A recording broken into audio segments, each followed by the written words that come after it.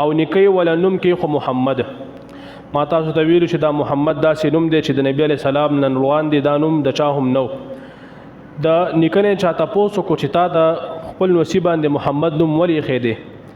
وایي ما یو ځل خوب ولیدو او زه په خوب کې وینم چې زما د دې ملا نه یو زنځیر اوچت شو، اسمان طرف ته لاړو او بیا دا زنځیر خور شو مشرق او مغرب ته، او لږ وخت پس دا زنځیر بدل شو، دینه ونه جوړه شوه او د دې ونې هره پاڼه دومره روښانه وه، دومره روشنداره وه چې د نور نه په 80 چنده زیاته، او ټول عالم دې ونې ته راغونډ شو او د دغه ونې پاڼې او څانګې ونیوي. وي څه خلک و چې راتله او دغه ونه به یې کټ کوله. نو یو خوبصورت ځوان ښایسته نوجوان راغلو او دا خلک به د دې ونې نه لرې کول چې دا ونه کټ نه کړي. نو چې راپاسېدم او خلکو ته مې دا تعبیر بیان کو، نو خلکو ما ته ویل چې الله به ستا په نسل کې داسې انسان پیدا کوي چې د هغه به ټول مخلوق اتباع کوي او پیروي به کوي. نو ما ته دغه صفات په دې ماشوم کې ښکاره شو، نو ځکه مې په ده باندې محمد نوم کېښو. او مور به احمد نوم ایښی، احمد. کله چې مور په خېټو د نبی علیه السلام، نو اول نه ورته اراده کړې وه چې د ده نوم به احمد وي. تاسو دې خبرې ته لږ سوچ وکئ چې د شرک ګډو شرک، د شرک مرکزو او هر طرف ته شرک او شرکو، خو لیکن دا د شرک مرکزو او د شرک په دې مرکز کې د نبی علیه الصلاۃ والسلام د پلار نوم عبدالله کېدل دا یقینا دا القای ربانی و، دا الله د طرف نه یو آگاهی و. او بیا د نبی علیه الصلاۃ والسلام نوم احمد کېدل دا الهام ربانی و چې الله پاک د نبی علیه السلام د مور په زړه کې واچول چې په ده باندې احمد نوم کېده. ورنه په عربو کې به چې څوک پیدا شو د بت پرستۍ په نوم باندې به خپل نومونه هم د بوتانو په نوم باندې ایښوه. مثلا د نبی علیه السلام تره عبدالکعبه نوم د کعبې بنده، د یو نوم عبد شمس د نور بنده. نو دغه شان د بت پرستۍ مطابق په نومونه خوښ، لیکن د نبی علیه السلام د پلار نوم عبدالله. اگر چې د نبی علیه السلام د پلار په ایمان په باره کې بعض علما سکوت کوي چې خاموشي دې اختیار کړلی شي، بعض علما وایي چې دنیا نه بې ایمانه تللی دي، خو لیکن بهرحال عبدالله نوم کېدل د شرک په مرکز کې دا ډېر لوی کار طرف ته اشاره وه.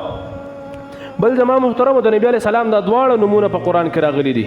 احمد نوم هم په قرآن کې راغلی دی او محمد نوم خو څلور ځل الله پاک په قرآن کې بیان کړی دی په مختلفو ځینو کې.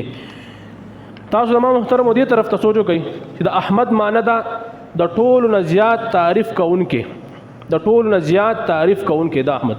مونږ د احمد ته احمد وایو، احمد حام ولا بدل کو او الف باندې چې کوم زبر دی هم ولا بدل کو، نو پوره د نوم هغه معنی ګډوډه شي.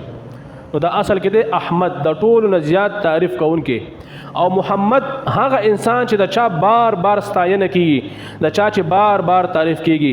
نو اوس که یو ګستاخ، یو بدبخت انسان د نبی علیه الصلاۃ والسلام مذمت کوي یا د نبی علیه الصلاۃ والسلام په شان کې ګستاخی کوي کنه او دا نوم اخلي، نو یو طرف ته به ګستاخی کوي او بل طرف ته به د نبی السلام تعریف کوي.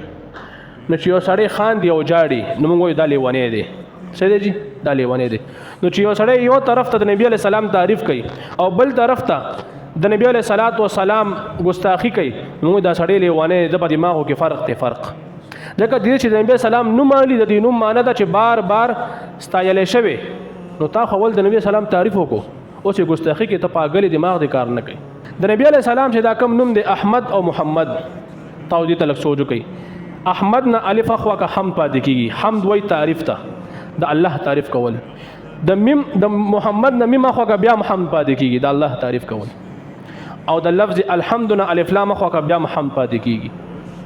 یعنی د نبی علیه السلام په دې نوم کې د الله تعریف پروت دی. کله چې د نبی السلام نوم اخلي کنه، نو اتوماتیکلی ستا د جبې نه، ستا د خولې او د زړه نه د الله تعریف هم ورسره ادا کېږي. د نبی السلام داسې نوم دی زما محترم. او بعضې سیرت نگار وایي چې په د نبی علیه السلام په دې نومونو کې نبی السلام وایي چې زما 5 نومونه دي. انا الماحي، زه ماحي یمه. ماحي چاته وایي چې الله پاک به په ما باندې کفر ختموي. وی زه حاشر یمه. حاشر چاته وایي چې د ما د خپو د لاندې به الله پاک دا ټول انسانان نه جمع کوي.